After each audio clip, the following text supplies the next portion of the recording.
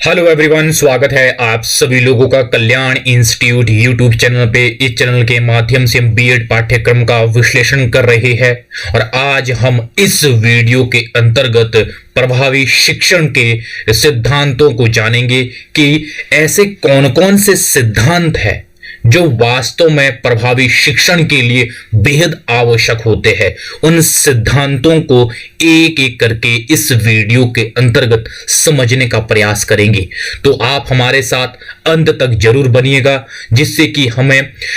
इसके साथ साथ ये पता लग पाएगा कि वास्तव में आपके लिए ये वीडियो कितनी उपयोगी है। अगर चैनल को अभी तक सब्सक्राइब आप लोगों ने नहीं किया है तो चैनल को जरूर सब्सक्राइब करिएगा, जिससे कि हमें और ज्यादा इसी तरह से कंटेंट को क्रिएट करने में मोटिवेशन एवं उत्साह मिलेगा।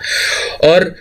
अगर आप हमारे चैनल के माध्यम से बीएड पाठ्यक्रम से संबंधित अन्य वीडियोज को देखना चाहते हैं, जो बीएड पाठ्यक्रम से संबंधित हमारा जो संपूर्ण जो विश्लेषण है, वो विश्लेषण आपको हमारे चैनल पर प्लेलिस्ट में जाकर के, जो बीएड नाम की वहां पे प्लेलिस्ट होगी, वहां पे जाकर के आप एक को एक साथ मिल जाएगा। और इसको आप जरूर देखिएगा, क्योंकि ये जो विश्लेषण है, ये विश्लेषण सभी विश्वविद्यालयों के जो बीएड का जो पाठ्यक्रम है उसको मद्देनजर रखते हुए हमने ये कंप्लीट विश्लेषण किया है। तो आप इसको एक बार जरूर विजिट कीजिएगा। और इतना ही नहीं, हम आपको बीएड पाठ्यक्रम से संबंधित नोट्स भी प्रोवाइड करवाएंगे। वो नोट्स कैसे मिलेंगे आपको? हमारी एक वेबसाइट है, वो वेबसाइट है kalyaninstitute.in। इस वेबसाइट के माध्यम से आपको बीएड पाठ्यक्रम के कंप्लीट नोट्स मिलेंगे। जैसे ही आप ये वेबसाइट गूगल पे सर्च करेंगे तो इस तरह का आपको होम पेज दिखेगा। इस होम पेज के सबसे ऊपर 3 डॉट करके ये मेनू बना होगा। जैसे आप इस मेनू में क्लिक करेंगे तो आपके सामने ये सारे ऑप्शन आ जाएंगे। इन सभी ऑप्शनों में से एक ऑप्शन है बीएड नाम का ऑप्शन। जैसे आप बीएड नाम के ऑप्शन में क्लिक करेंगे तो आपके सामने बीएड का जो हमारा संपूर्ण जो पाठ्यक्रम के जो नोट्स है वो नोट्स ओपन हो जाएंगे। मजे की बात यह है कि जो ये संपूर्ण जो ये नोट्स है, ये नोट्स हिंदी और इंग्लिश दोनों ही भाषाओं में है, जिसमें आप कंफर्टेबल हो उसमें आप देख सकते हैं। तो मुझे उम्मीद है कि आपके लिए जो ये वेबसाइट है, ये वेबसाइट काफी उपयोगी रहने वाली है। तो एक बार इस वेबसाइट को जरूर विजिट कीजिएगा। और चलिए बिना किसी देरी के आज के टॉपिक पे आते हैं। जो आज का हमारा टॉपिक है प्रभावी शिक्षण के सिद्धांत, प्रिंसिपल ऑफ इफेक्टिव टीचिंग। वास्तव में जो प्रभावी जो शिक्षण है, प्रभावी शिक्षण यानी कि टीचिंग के कौन कौन से सिद्धांत है, उन सिद्धांतों को एक एक करके यहां पे समझेंगे। ये जानेंगे कि वास्तव में टीचिंग के कौन कौन से ऐसे सिद्धांत है जो वास्तव में प्रभावी शिक्षण के लिए आवश्यक होते हैं। जिसमें कि सबसे पहला जो सिद्धांत है वो है प्रेरणा का सिद्धांत, यानी कि प्रिंसिपल ऑफ मोटिवेशन। ये किस तरह से प्रभावी शिक्षण के लिए वास्तव में उसमें प्रेरणा का संदर्भ होना बेहद जरूरी है। जब एक शिक्षक किसी पाठ को, किसी विषय को वो टीचिंग कर रहा है, उसको लेकर के या उसको पढ़ा रहा है, तो उसको इस तरह से करना चाहिए ताकि वो सीखने के लिए हर संभव मोटिवेट हुए, हर संभव उससे प्रेरणा मिल सके, ताकि वो चीजों को अधिक से अधिक लर्न करने के लिए प्रेरित हो सके। प्रेरणा एक ऐसी चीज होती है जिसके माध्यम से वास्तव में एक विद्यार्थी चीजों को सीखने के लिए उसके अंदर भूख पैदा होती है। तो इसलिए जो प्रभावी शिक्षण में ये आवश्यक है कि उसमें प्रेरणा का संदर्भ होना बेहद जरूरी है। दूसरा है क्रिया का सिद्धांत, यानी कि प्रिंसिपल ऑफ एक्टिविटी। ये किस तरह से जो शिक्षण है, शिक्षण को और ज्यादा रोचक बनाने के लिए, और ज्यादा प्रभावी बनाने के लिए उसमें एक्टिविटी का होना बेहद आवश्यक है। जो चीजें हम एक्टिविटी के माध्यम से समझाते हैं, सिखाते हैं, लर्न करवाते हैं, वो इतनी गहरी होती है जिसकी हम कल्पना नहीं कर सकते हैं। तो इसीलिए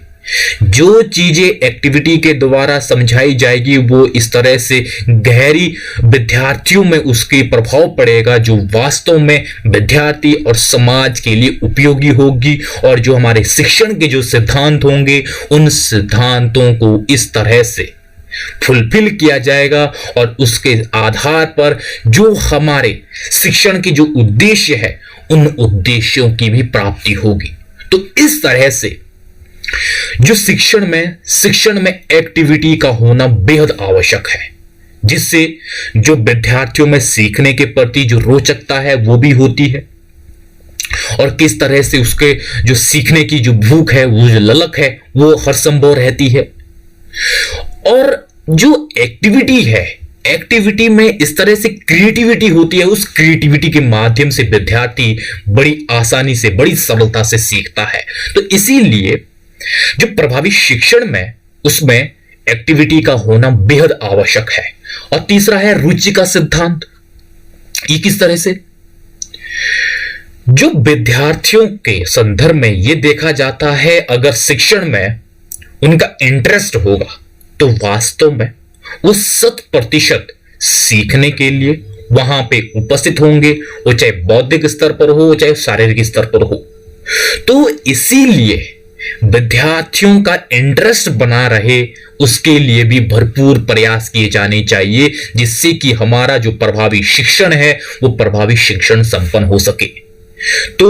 वो जो इंटरेस्ट है, इंटरेस्ट पैदा करने के लिए क्या क्या करना होगा, एक तो उसमें एक्टिविटी का समायोजन होना चाहिए और बच्चे को उसमें किस तरह से मोटिवेट किया जाए हर संभव, और अलग अलग जो शिक्षण की जो भी पद्धतियां हैं उन पद्धतियों के अनुसार जो उस विषय, उस प्रकरण के लिए उपयोगी है, उस विधि का प्रयोग किया जाए। और साथ ही साथ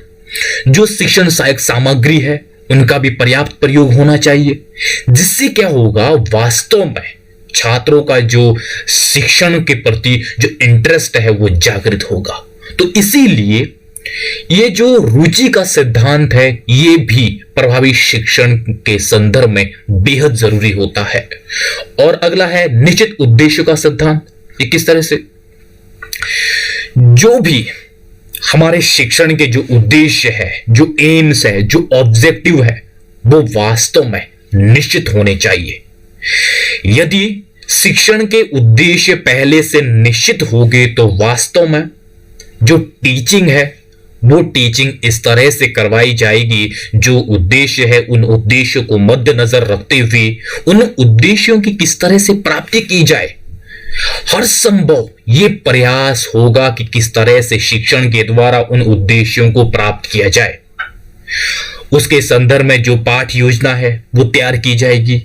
उसके साथ साथ वास्तव में किसके इर्द गिर्द शिक्षण करवाया जाएगा, वो उन उद्देश्यों के इर्द गिर्द करवाया जाएगा, क्योंकि उन उद्देश्यों की प्राप्ति करनी है। वो जो टीचिंग का, जो शिक्षण का जो मकसद है, वो मकसद अगर हमारा निश्चित होगा पहले से, तो वास्तव में जो प्रभावी शिक्षण है वो प्रभावी शिक्षण कहलाएगा। तो इसीलिए निश्चित उद्देश्य का होना बेहद आवश्यक है। और अगला है नियोजन का सिद्धांत,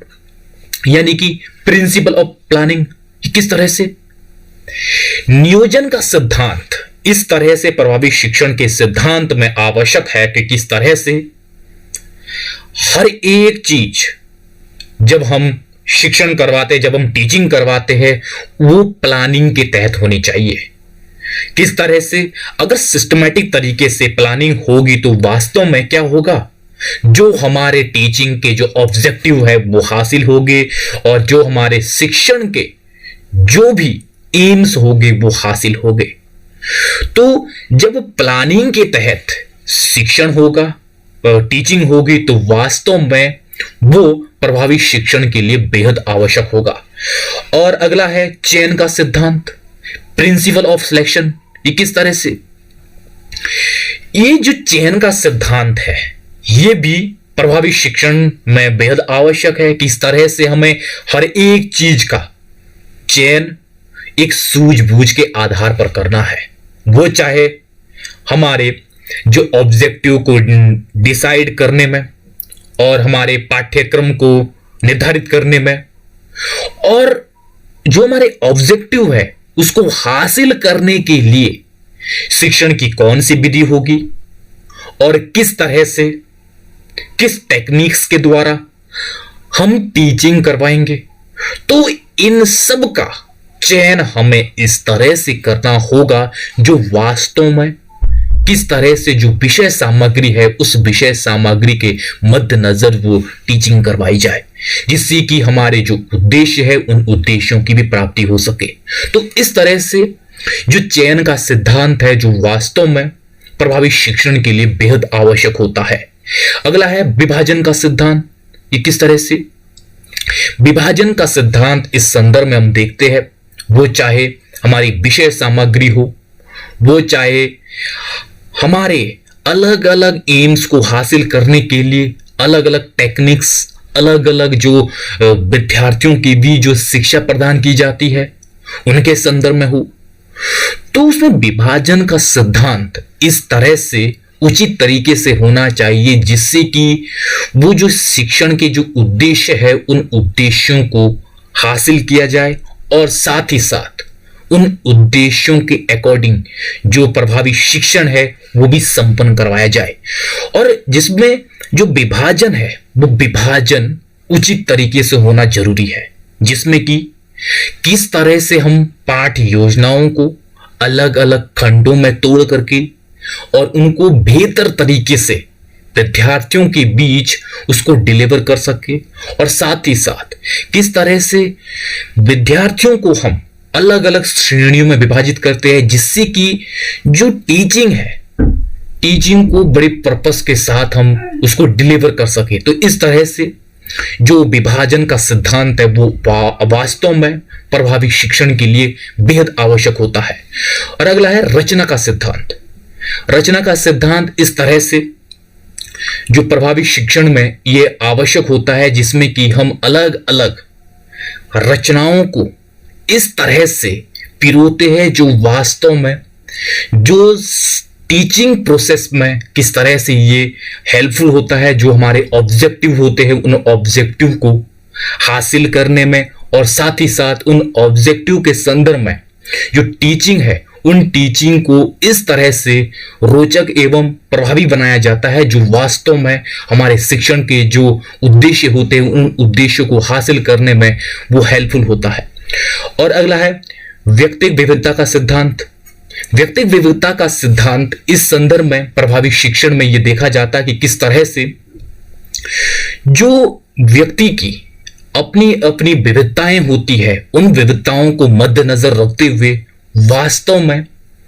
जो शिक्षण है वो शिक्षण कार्य संपन्न करवाया जाए, जिससे कि वास्तव में व्यक्तिगत विविधताओं को इस तरह से इस पॉजिटिविटी के साथ वास्तव में उसको प्रयोग किया जाए जो वास्तव में प्रभावी शिक्षण के लिए और उन एम्स को हासिल करने में वो सहायक हो सके, जिसमें कि अलग अलग जो कॉग्निटिव डेवलपमेंट है छात्रों का, और अलग अलग जो शारीरिक योग्यताएं हैं और अलग अलग जो मानसिक योग्यताएं हैं उनके आधार पर वास्तव में हर एक विद्यार्थी में जो व्यक्तिगत विविधताएं हैं वो व्यक्तिगत विविधताएं होती है, क्योंकि जो चीजों को सीखने के लेकर जो वास्तव में अलग अलग व्यक्ति की अपनी क्षमताएं अपनी योग्यताएं होती है, उन सभी क्षमताओं एवं योग्यताओं का सम्मान रखते हुए वास्तव में जो उनकी विविधताएं हैं उन विविधताओं के आधार पर वो जो टीचिंग है वो टीचिंग करवाई जाए, जिससे कि उन सब तक वास्तव में एक समावेशी शिक्षा प्रोवाइड करवाई जाए, जिससे कि उनके हितों को मद्देनजर रखते हुए जो हमारे जो टीचिंग के जो ऑब्जेक्टिव है उन ऑब्जेक्टिव को हासिल किया जाए। तो इस तरह से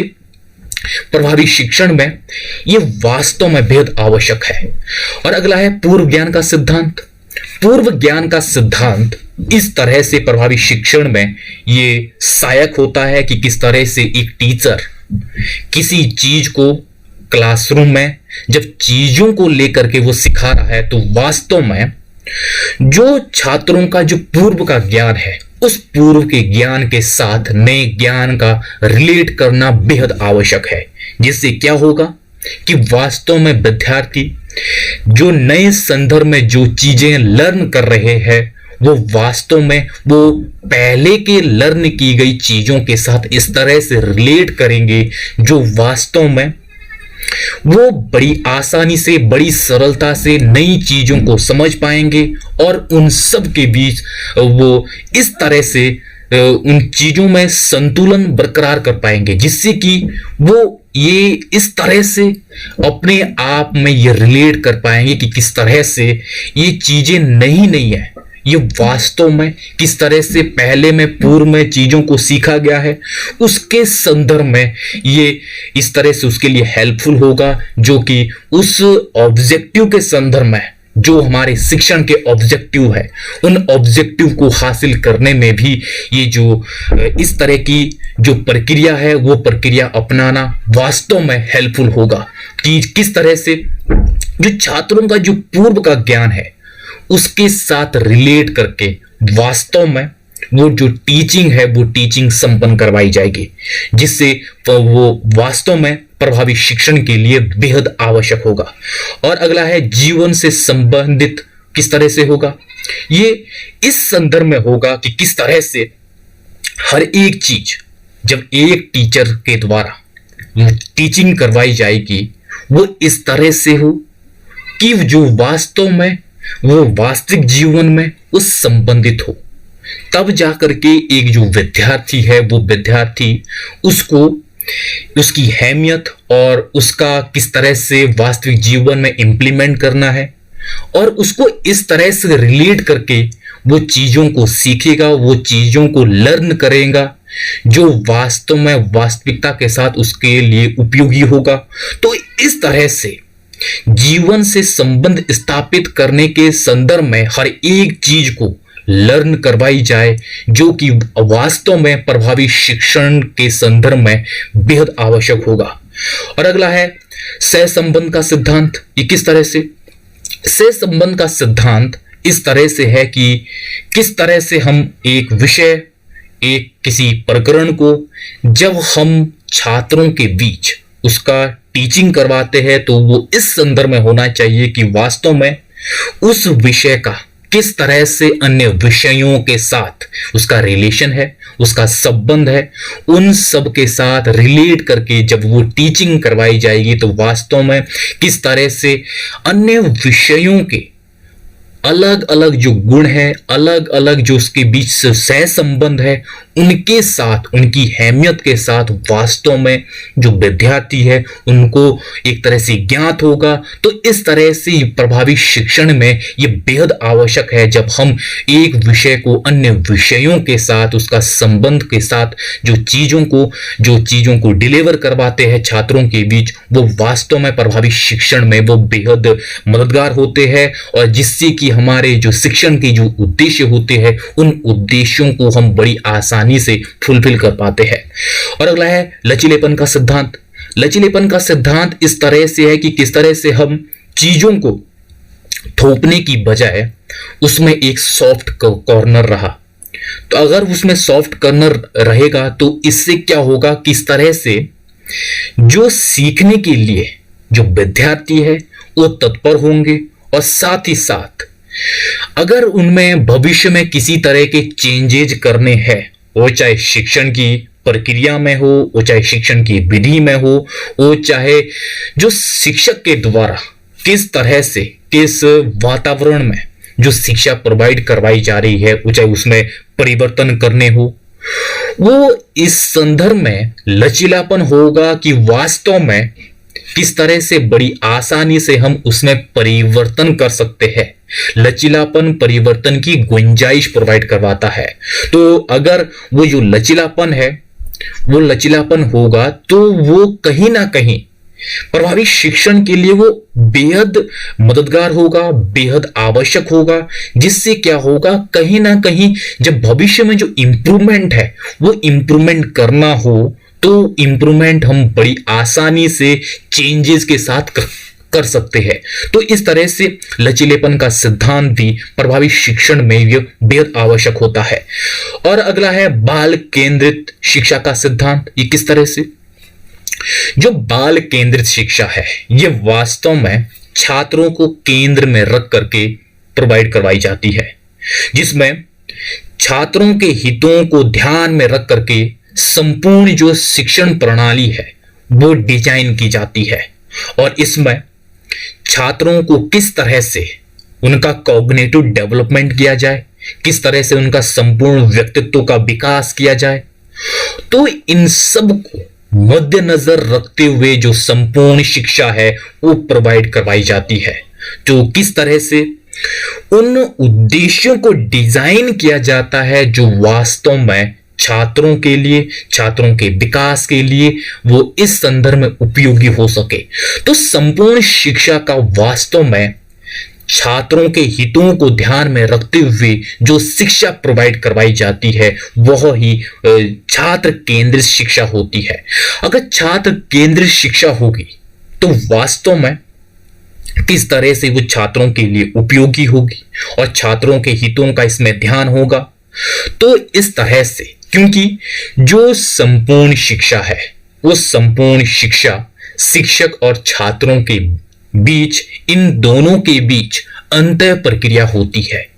जब इन दोनों के बीच एक जो शिक्षक है, शिक्षक शिक्षा प्रदान करता है, वो जो छात्र है वो लर्न करता है। जब वो जो शिक्षा है वो शिक्षा छात्र के लिए ही है तो वास्तव में वो जो शिक्षा है वो छात्र केंद्रित शिक्षा होना जरूरी है। और प्रभावी शिक्षण के लिए ये जो छात्र केंद्रित शिक्षा है वो बेहद आवश्यक होती है। और अगला है प्रजातांत्रिक व्यवहार का सिद्धांत। ये किस तरह से प्रजातांत्रिक व्यवहार का सिद्धांत कहीं ना कहीं प्रभावी शिक्षण में ये आवश्यक होता है, मददगार होता है। किस तरह से इसके माध्यम से हम टीचिंग के जो ऑब्जेक्टिव होते हैं उन ऑब्जेक्टिव को हम हासिल कर पाते हैं। वो इस तरह से प्रजातांत्रिक सिद्धांत के संदर्भ में देखा जाता है कि किस तरह से जो शिक्षक जब शिक्षा प्रदान करता है और शिक्षा प्रदान करने के दौरान जो छात्रों के डाउट्स होते हैं, छात्रों के जो अलग अलग विचार होते हैं, अलग अलग दृष्टिकोण होते हैं, उनको किस तरह से स्पेस दिया जाता है। अगर उनको पर्याप्त स्पेस दिया जाएगा तो इससे क्या होगा, वास्तव में जो छात्र है, छात्र का जो मोरल है वो वास्तव में इस तरह से होगा जो सीखने के लिए हर संभव उसको मोटिवेट करेगा और उसको पर्याप्त अपने जो विचार है, अपने जो दृष्टिकोण है उनको रखने का अगर मौका मिलेगा तो वास्तव में उससे जो विद्यार्थी की जो लर्निंग है वो हाई हो जाएगी। क्योंकि प्रजातांत्रिक तंत्र का अगर क्लासरूम में उसको एक पर्याप्त अवसर हर एक चीज में दिया जाएगा तो इससे यह होगा कि किस तरह से अधिक चीजों को लर्न करेगा और उसके बीच किस तरह से नए नए जो विचार जो अंकुरित होते हैं वो अंकुरित हो पाएंगे। क्योंकि उसको वो चीजें, वो फ्रीडम दी जाएगी किस तरह से वो अपनी बात को रख पाएगा और अपने जो विचार है उन विचारों को इस तरह से वो विकसित कर पाएगा। क्योंकि जब उसे क्लासरूम में हर एक संदर्भ में अपनी बात को रखने का मौका या उसके जो डाउट्स है उस डाउट्स को पूछने का या उसकी जो शंकाएं हैं, जो भी उसको समाधान चाहिए, उस समाधान के संदर्भ में शिक्षक के समक्ष वो अपनी बात रख पाएगा। तब इस संदर्भ में जो शिक्षक है वो शिक्षक उसका समाधान कर पाता है। तो ये प्रभावी शिक्षण के लिए बेहद आवश्यक है, क्योंकि इसी के द्वारा हम जो टीचिंग के जो ऑब्जेक्टिव है उन ऑब्जेक्टिव को हम हासिल कर पाएंगे। तो इस तरह से प्रभावी शिक्षण में जो प्रजातांत्रिक जो व्यवहार का जो सिद्धांत है वो बेहद आवश्यक होता है, जिससे वास्तव में हम प्रभावी शिक्षण संपन्न करवा पाते हैं। तो इस तरह से प्रभावी शिक्षण के ये सिद्धांत है। इन सिद्धांतों को हमने एक एक करके यहां पे समझा है, विस्तार पूर्वक समझने का प्रयास किया है और इसके माध्यम से ये आप जान पाए कि किस तरह से प्रभावी शिक्षण के जो सिद्धांत है वो सिद्धांत किस तरह से शिक्षण प्रक्रिया में बेहद आवश्यक होते हैं, जिसके माध्यम से हम